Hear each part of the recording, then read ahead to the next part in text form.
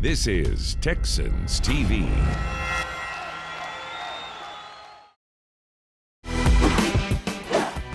This week on Texans 360, Deshaun Watson's weapons and some good stuff going on at an area high school courtesy of the Texans. Texans 360 starts now. We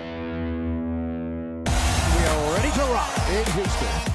Rock and roll, touchdown, Texans.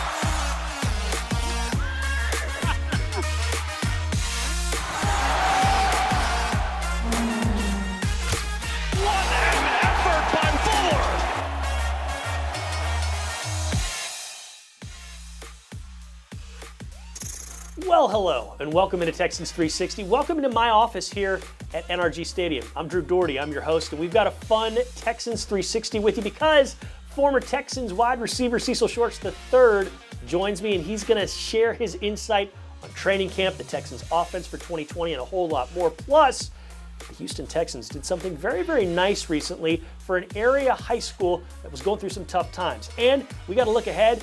The Pittsburgh Steelers. Texans going to play Ben Roethlisberger and company this season, but we start things out, Cecil, with a little bit of news of the week. Training camp, knock on wood, should start in the next week or so. We'll see if that happens because of everything going on in the world. But training camp, nonetheless, is going to be a special one, a different one in 2020 for the Texans and the rest of the NFL, right? Yeah, like you said, knock on wood. Hopefully we'll have a training camp in the season. I'm pretty confident everything will be okay or they'll figure things out. But it's going to be different. How are we going to adjust to the pandemic that's going on? There were no OTAs, no mini camp, no off-season activities. So the coaches are probably drooling on seeing their players and seeing what they can bring to the table. You know what I mean? So it's going to be interesting to see what guys are in shape, what guys aren't, no matter what. You may think it's the NFL, no matter what. One or two guys always seem like they're a little out of shape, but it seems like for the most part, guys are ready to go. I know they're itching to play some football, so it should be a fun training camp. Yeah, it should be fun. It's going to be fun to see what this backfield looks like for the Houston Texans. David Johnson coming over from the Arizona Cardinals, and Duke Johnson is back in year 2 as a Texan. How does he look as a running back? We know he was great catching the ball out of the backfield, but he's also good in between the tackles, if you listen to John Harris.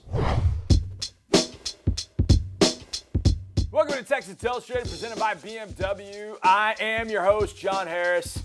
I got my tools, I got my screen, we're ready to go. And we're going to talk Duke Johnson as a runner. Now, we've talked about Duke a lot of times and all the different things he does for this team. A lot of times we refer to his pass receiving skills, which he is extremely skilled, but he's also a really good runner. And I thought this was a great example of that with what the Texans did. This play right here was the first play after the Bills had kicked the field goal to make it 16-0. And the Texans really needed to get the offense going. And the first thing they did was hand the ball right here to number 25. Now, this is a really, I like this concept. The Texans have come out in 11 personnel. 1 tight end, 1 running back, 11 personnel. So the Bills are going to match up with nickel. 1, 2, 3, 4, 5. So they got 5 DBs on the field. In so doing, they're going to face 6 guys, but this 7th safety rolls up in the box, and they're going to run the ball against this, which is what I like. And they're going to run it with Duke. And you'll see how this comes off. And Hyde right here kind of backs off a little bit. So it really ends up being 6-on-6 here in the box, which is kind of nice. So it's kind of hat-on-a-hat sort of stuff, which is good. And they've got to be aware of Deshaun pulling it, and so you don't get too much from Shaq Lawson here because, Deshaun could pull that thing, but he doesn't. He hands this ball to Duke Johnson, and then you're going to see what makes Duke, I think, a pretty good interior runner. He's going to take this, and the Texans basically run here, and we'll see it a little bit better from the end zone view. There are a couple ways you can look at this. This essentially is a split zone play. Now, true split zone, they would run zone blocking this way, and then Fells would kick out. But what they did this time instead was they kicked out, and then Fells turned up. So basically, right tackle Chris Clark and Fells kind of swap blocks here is what they did. And what it amounts to is almost like an old school isolation with Fells acting as the fullback isolating on Milano here. It's kind of what it turns into. And then Duke's just got to read this and he starts this way. And as he does, watch the jump cut there. That's the thing right there that makes Duke special. Guys up front just getting a good hat on a hat. Right here, get that taken care of. Nick's going to bounce off to Edmonds. Fells just has to get enough of Milano. And he does. And Duke initially starts through it and is like, I don't know, man. And he jump cuts out, gets around it quickly, gets a nice block inside, reads it, and then gets upfield for 10 yards and a first down. Let's take a look from the end zone view and you can see what I'm talking about. They all step the zone this way. Fell's going to come across from Milano. Chris going to take Lawson out here. And Duke is going to start here, jump cut, get inside, back out, and end up with 10 yards. Watch Duke here. Get in. Get into the hole. He sees Milano. Jump cut out. Read the blocks. Get outside and get upfield. Now, for a guy with great receiving skills, that's really excellent running skill as well. With Duke Johnson, I think you end up getting both. And at a key time in a huge ball game to start a drive, Duke Johnson was the guy that got the football, got the offense going with that 10-yard run, and you could see why. The sweet feet, the vision, the quickness, the power. Duke Johnson's not only a really good receiver, but he can be an excellent ball carrier as well. Duke Johnson will be part of an interesting backfield for the Houston Texans this season. Cecil Shorts, you know all about offense. You played wide receiver for quite some time in the NFL, and recently, over the last week or so, really over the last month, we've seen the news that Deshaun Watson has been kind of making his rounds, and he's been making his rounds in an interesting way. He has been throwing to some of his receivers, some new ones like Brandon Cooks and David Johnson, some old ones as well who've been around the squad, but it's fascinating and fun to see him building that chemistry, and how important is it that he does that during this downtime? It's extremely important, especially like we mentioned last time, there's no offseason. So for him to make his rounds in a fun way that he's doing it, right? He's traveling different places, different cities, and working with the guys, building that chemistry as much as possible, that's what you want. So for Deshaun to be a leader and get his guys together and say, hey, let's meet up out here, let's meet up there, and to get these guys working, especially getting the guys that have not been here, the newer guys, acclimated to how he's throwing, talking about different plays, where I want you. The faster they get to know where Deshaun wants them, the better they can be. No doubt. And a lot of those new faces are very, very fast. When you figure in Cooks and when you figure in Randall Cobb, added to Kenny Stills and Will Fuller, the guy you and I have talked about many, many times before, what does that speed do for this offense as a whole as far as how it affects Will Fuller? Well, I tell you what, this might be the fastest offense we've seen, at least under the Bill O'Brien area, if not the Texans. This offense is going to be able to fly. And what that does is it takes pressure off of Will Fuller as far as the double coverage. It just opens things up for Will Fuller, and they're going to complement each other so well. Randall Cobb over the middle of the field, he's a wizard when it comes to finding different spots in the field, so it's going to be pretty cool. You know, when you played for the Texans, you were on an offense that had an offensive line that was pretty darn good. It was led by a Pro Bowl left tackle in Dwayne Brown. And now the Texans offensive line in 2020 has a Pro Bowl left tackle in Laramie Tunsil. Plus, everybody to the right of him is coming back. And you don't see that type of continuity too often. Haven't seen it around here since going from 2010 into 2011, in which all 5 starters were going to be back. What's that mean for this offense, you think, Cecil? It's huge. Number one, for the offensive line, Tunsil's the leader, and to have the guy next to him and sharpening that they can communicate and understand what's going on, they can be there for each other, and having that experience under their belt together is huge. But if they can communicate and play well, guess what? They're protecting number 4, and he's comfortable back there. And guess what? He can deliver the ball and make plays down the field, so it all works together, and it starts up front. So it's huge that the same 5 guys will be back together again. All right, I can't wait for football. I know you can't either. And I know all of you watching can't wait as well. So stick with us, because when we come back here on Texans 360, we're switching gears and we're looking at some good deeds that the Houston Texans recently did for an area high school. Don't go anywhere.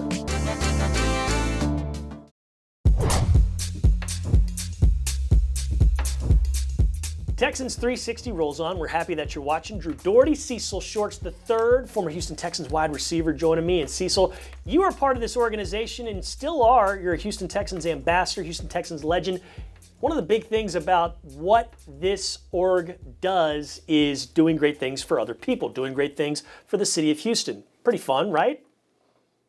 Absolutely. The way they impact the community is second to none. I've been a part of a few organizations, and no offense to any other organization, this has been the best I've seen and been a part of.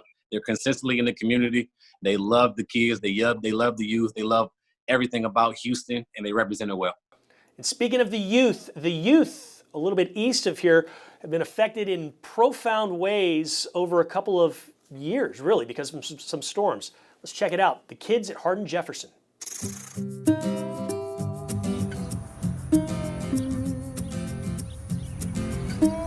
An hour and a half outside of Houston, there's a town called Sour Lake, Texas. More than 1,800 people call it home, and so does Hardin Jefferson High School.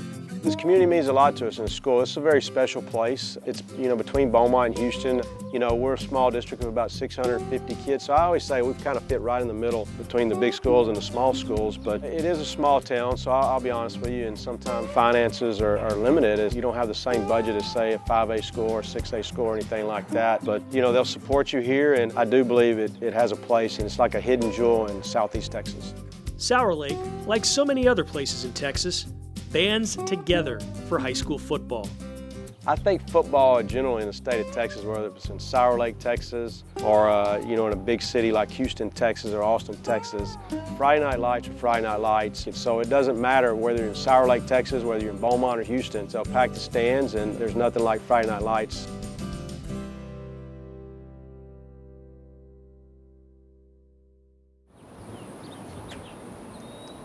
But the Friday Night Lights were dimmed nearly 2 years apart. On September 20th of last year, Tropical Storm Imelda struck southeast Texas and dumped over 40 inches of rain, leaving homes, schools, and businesses severely damaged. This all came nearly 2 years to the day after the devastating effects of Hurricane Harvey.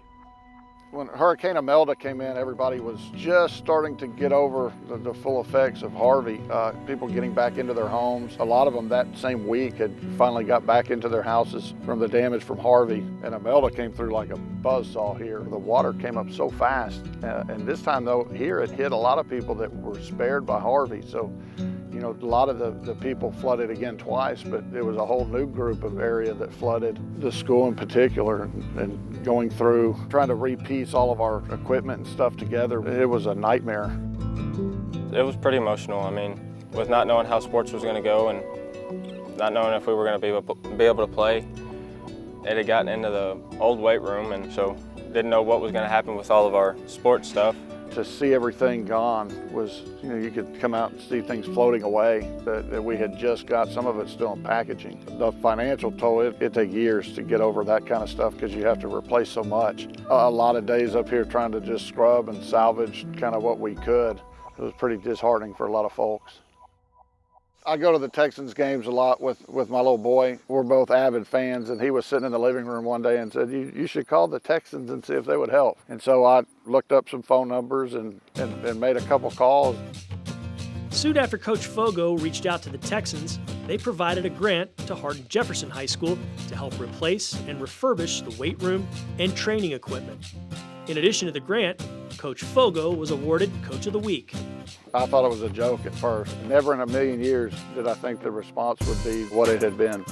To be able to refurbish all of our weight benches and to put a flooring surface back in our outdoor facility, it's allowed girls and guys program a space now where you can accommodate big groups. It's been remarkable having it outfitted like the Texans did so that we could get back going quickly.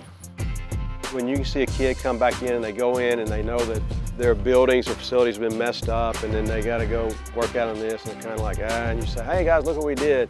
And they see some turf in there and some new weight equipment. They get a smile on their face. And so anytime you can brighten up a kid's day and you can make it worthwhile for them to come up here, it's enjoyable.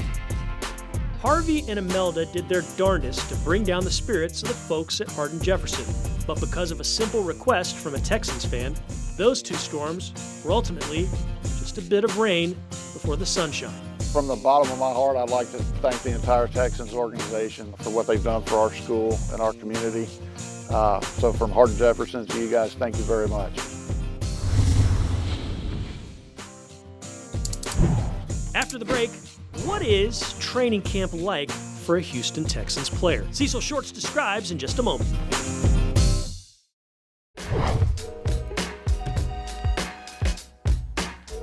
Texans 360 is back. Drew and Cecil. And Cecil, you are so unique in that your 3 training camps in your NFL career were all in hot, hot places. Jacksonville, Houston, and Tampa Bay. So you're eminently qualified to tell us how is training camp and how grueling is it when you're a Texan?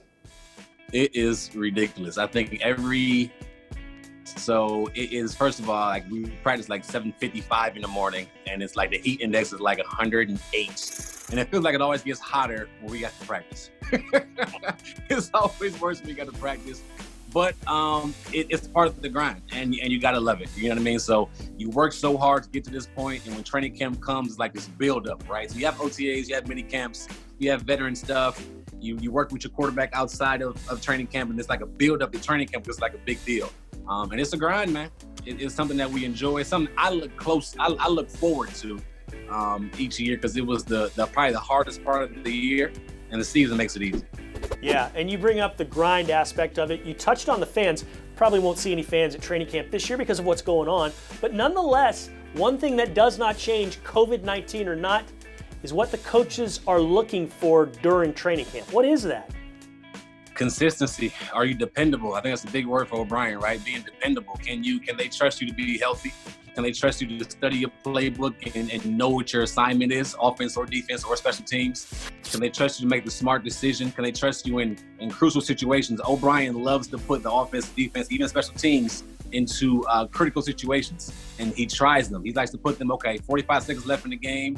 We're back in our own 25. We need a field goal to tie. He likes to put us in that situation and see what we can do with it. So making plays in those situations, especially for the younger guys, especially for the guys on the bubble. Can you make plays in the crucial situations and in pressure situations? And stuff like that's going to help you as far as making the team. You want to catch the eye. For me, it was make a play every day that catches the eye of the head coach and the offensive coordinator. So it's the same thing for those guys now. They're looking for somebody that's going to catch their eye. How are you going to make this team? The more you can do, the better. Are you on special teams? You can't just play corner or play defensive line. You got to bring more to the table if you're not a superstar, right? So they're looking for a lot. But these guys, they should come in ready to work, and we'll see what happens. Yes, we will. And once that season gets going, regular season-wise, right there in the early going, the Texans are going to play the Steelers. We're looking at that matchup after the break. Don't go anywhere. Texans 360 returns in a flash.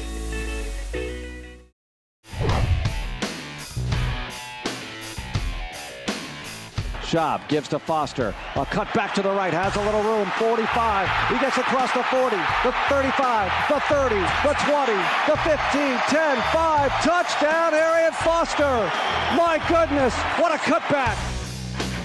That was a fun memory. Last time the Texans actually beat the Pittsburgh Steelers, it was 2011. Arian Foster going for 42 yards and 6 points there. We've got Cecil Shorts III joining us. And Cecil, you're not from here, but you got here as quickly as you could, and you actually grew up in Ohio. So, is this pretty cut and dried? Did you hate the Steelers growing up? I still do. I want no parts of them. I don't want to talk about them in this segment. I don't like black and yellow. So, no, I always respect the organization because they were so successful for a long period of time. But I'm a Browns fan, grew up in Cleveland, so I was taught to hate, yes, the Steelers. Okay, since you don't want to talk about it, we'll just let John Harris do it all. So let's hear about this matchup coming up in Week 4 between the Texans and Pittsburgh. It's time for the Performance Report, brought to you by Hyundai. I am John Harris. In Week 3 of the schedule, it says Pittsburgh Steelers at Heinz Field. Oh, it doesn't get more difficult than taking on the Steelers in their home building. I love going up to Heinz Field. Last time I went up there was in 2014. It's a game we don't like to talk about, and for good reason. Hopefully 2020 will be different. And it will be different for the Pittsburgh Steelers because Ben Roethlisberger should be back. 2019 struggles for this Pittsburgh Steelers offense. They couldn't put the ball in the end zone, especially over the last 3 games. Steelers were 8-5 going into the last 3 games against the Bills, the Jets, and the Ravens. They scored a total of 30 points in those 3 games, lost them all, and lost an opportunity to go to the 2019 playoffs. But with Ben Roethlisberger back, Deontay Johnson into a strong second year, Juju Smith-Schuster taking another step forward instead of the one he took back in 2019, Pittsburgh offense gets kind of interesting. James Conner, Jalen Samuels, Benny Snell at running back, an offensive line that's been together for a while. Can Ben Roethlisberger be that piece that pushes them forward? Hopefully not, but I'd expect otherwise. This offense is going to be much better than lower 4th of the league as it was in 2019. The flip side is this defense is as good as it gets. Star players at every single level, and they'll get some back. Stephon Tuitt, injured early in the year, was having a Pro Bowl season. He will be back. Cam Hayward's already there. And then you know about Mr. TJ Watt. You know about Bud Dupree. You know about Devin Bush Jr. You know about the secondary with Minkah Fitzpatrick. And when Fitzpatrick was added, this defense went to a whole different level. And they're all back in 2020. It is going to be difficult to move the ball on the Steelers, but you can if you get time to throw. If you throw away from Joe Hayden, maybe there's a chance. This defense is rock solid all 3 levels. And with Ben back in the fold at quarterback, the Steelers become all kinds of interesting in week 3. It is going to be a battle at Heinz Field, but looking forward to seeing the 2020 Pittsburgh Steelers. That is your performance report for Mike Tomlin's crew. All right, Cecil, you, me, and everybody watching is hoping for a Texans win over those hated Steelers come week 4. We appreciate you coming on, buddy. You want to do it again sometime soon? Absolutely. Let me know. I got a schedule in between the kids, but I'll be good. The kids, I mean, you say it so nonchalantly. There's 7 Cecil Shorts children at home, so you be safe with the family there, and we'll see you again very, very soon. For the folks like Tyler Marcotte, Tyler Sutter, Jay McDevitt, and Nicholas Patterson making this show happen, I'm Drew Dougherty, and we'll see you next time. Go Texans.